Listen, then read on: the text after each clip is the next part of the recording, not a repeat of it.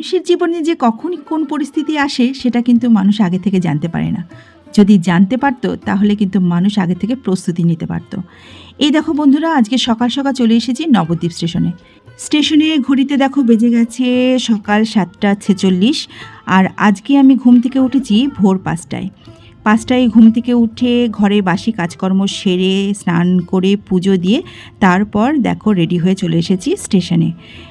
এই দেখো আমাদের ট্রেন ঢুকে গেছে। আর আজকের ট্রেনের তো মারাত্মক ভিড় ছিল। প্রথমে তো আমরা একদমই জায়গা পাইনি, আর এই ট্রেনে করেই চলে যাব প্রথমে হাওড়া, তারপরে কলকাতা। তো এই দেখো আমার বরমশাই কিন্তু দাঁড়িয়ে আছে। আমি আর মেয়ে কিছুক্ষণ পর সিট পেয়েছিলাম, তারপরে আমি কিন্তু মাঝে মাঝে উঠে বরকে জায়গা করে দিচ্ছিলাম। এভাবে অল্টারনেট করেই ব্যান্ডেলে পরে গিয়ে আমার বর কিন্তু জায়গা পেয়ে যায়। আর এখানে দেখো আমার মেয়ে ঘুমোতে ঘুমোতে যাচ্ছে। আসলে কালকে রাতে আমরা অনেক রাতে ঘুমিয়েছি, আবার এদিকে ভোরবেলা উঠে পড়েছি, তো সেই জন্য কিন্তু ওর ঘুমটা একদমই কমপ্লিট হয়নি। আর আজকের দরকারটা কালকে রাত 8টায় জানি, তো সেই জন্য আমরা কিন্তু আগে থেকে কোনো প্রস্তুতি নিতে পারিনি। রাত 10টার সময় সিদ্ধান্ত হয় যে ঠিক আছে কলকাতা আজকে যেতে হবে, তো সেই জন্যে কিন্তু একদম তাড়াতাড়ি করে আমরা এই ভোরবেলা রওনা হয়ে গেছি। দেখো হাওড়া স্টেশনে নেমে গেছি। হাওড়া স্টেশনে ট্রেন দাঁড়ানোর পরে যে কত হাজার হাজার লোকের ভিড় থাকে, যারা যাতায়াত করো তারা জানো। তো সেই ভিড়ের মধ্যে তো ভিডিও করা একদমই সম্ভব নয়।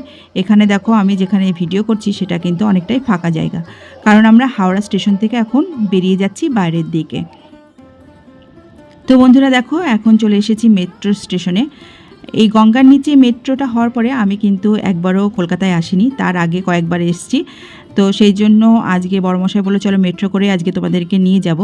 বড়মশাই এখন টিকিট কাটতে গেছে, আর আমি আর মেয়ে এক সাইডে দাঁড়িয়ে আছি। আর ট্রেনের টাইমটাও একদমই আমাদের একটু পরেই, তো সেই জন্য খুব তাড়াতাড়ি করা হচ্ছিল। আর লোকজনের ভিড় ঠেলে যখন আমরা মেট্রোতে উঠি তখন তো জাস্ট বলাই যাবে না যে কী পরিমাণ ভিড়।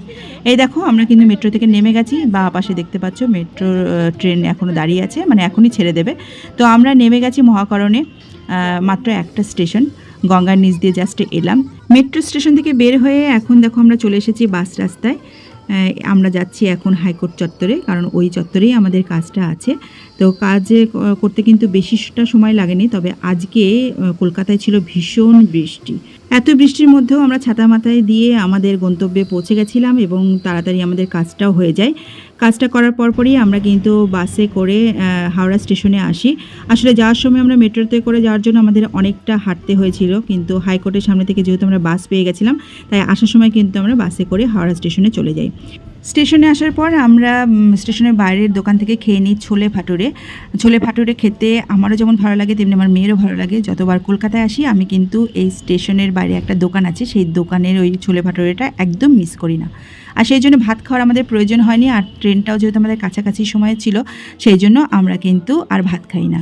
এই দেখো বন্ধুরা আমরা ট্রেনে উঠে গেছি, আর আমরা উঠেছি মেমারি লোকালে। মেমারি লোকালে উঠে প্রথমে আমরা ব্যান্ডেল নেমে যাব, তারপর ব্যান্ডেল থেকে আমরা কাটোয়া লোকাল ধরবো। যেহেতু আমাদের একদম হাওড়া টু কাটোয়া লোকালটা অনেকটা দেরিতে ছিল, তো ভাবলাম সময়টা নষ্ট করে কোনো লাভ নেই, আমরা বরং ভেঙে ভেঙে দুটো ট্রেনে যাই, তাহলে আমরা তাড়াতাড়ি বাড়ি পৌঁছাতে পারবো।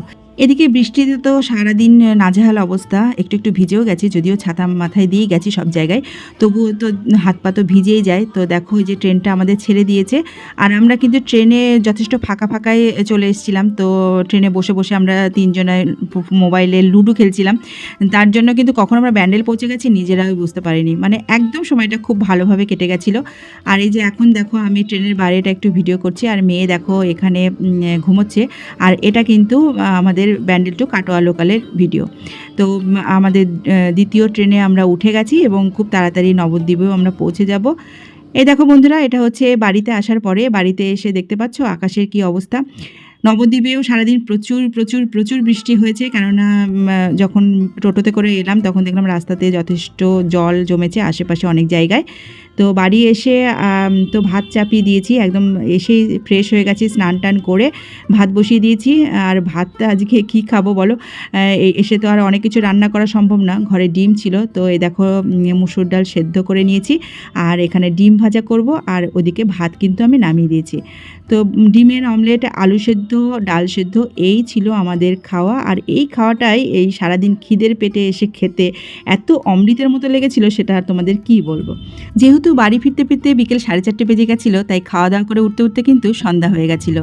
তো বন্ধুরা চলো এবার আমরা খাওয়া দাওয়া করে নিই, আর তোমরাও কিন্তু যাওয়ার আগে আমার ভিডিওটিতে একটা লাইক করে যেও।